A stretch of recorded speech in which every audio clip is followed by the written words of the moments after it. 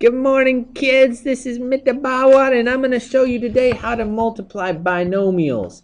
Now, I know in my class we've done this already. However, we're going to go ahead and do it anyway because I'm going to show you one more way to do it. In fact, I'm going to show you 3 different ways how to multiply binomials. Now, this is going to be important because some of you are going to like different ways, and some of you are going to like different ways for different purposes at different times, for different reasons, for different whatever. So that's a lot of difference. So let's go ahead and do 3 different methods.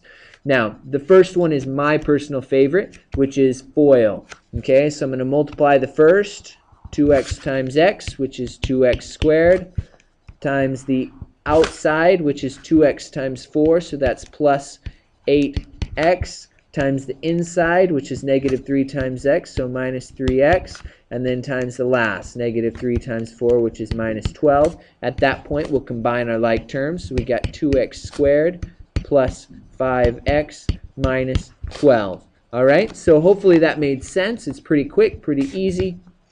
But, you know, sometimes people make some little small mistakes there in the middle.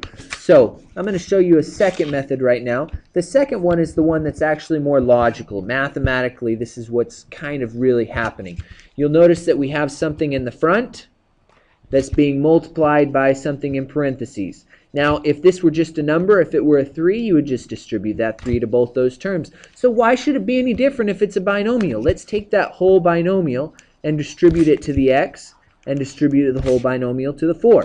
So I'm going to say x times 2x minus 3 plus 4, and the 2x minus 3 has to be distributed to that as well.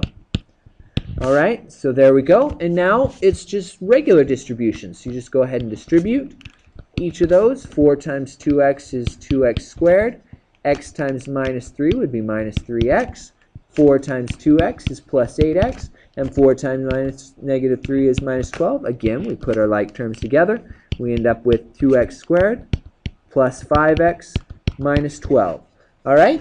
Perfect. Easy enough, right? Let's go ahead and do one more. Now, some people like this method right here because it's a little bit more logical. That's what's really happening. In fact, I saw somebody today that had never multiplied 2 trinomials together before, and she managed to do it by doing this, because she knew that that thing in front needed to be distributed to each term. All right? Right now we're sticking with binomials, so here we go. Let's go ahead and do the last method. The last method is the box method.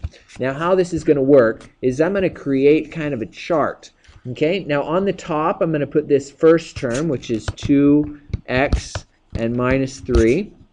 Okay? So I'm going to make a little grid and put a line in between. Okay, so you can do that if you want. You don't have to put the little dashed line there, but I get 2x minus 3. Now on the side, along what we would normally call the y-axis, that's going to be our x and plus 4. So x and plus 4. So I'm going to just kind of finish up my grid to make sure that it fits everything in. All right, so at this point, each of these boxes is going to be filled when I multiply the things that are adjacent to it, right? So 2x and x multiply together to give me 2x squared. All right? Now this box is in the row of x and the column of minus 3, so that'll be negative 3x, right? So these two multiply together.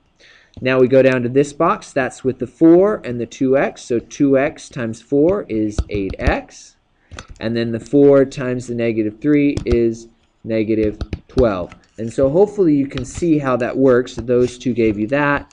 These two would give you the negative 12, right? Does that kind of make sense? Do you see how that's working out? The 4 and the 2x would both multiply to give you this one right here. So hopefully that kind of makes sense how we're putting those pieces together. So now let's go ahead and write it all out. So in the end, I've got a 2x squared. I've got a minus 3x. I've got a plus 8x. If it doesn't have a number, it's a plus. And then I've got a minus 12.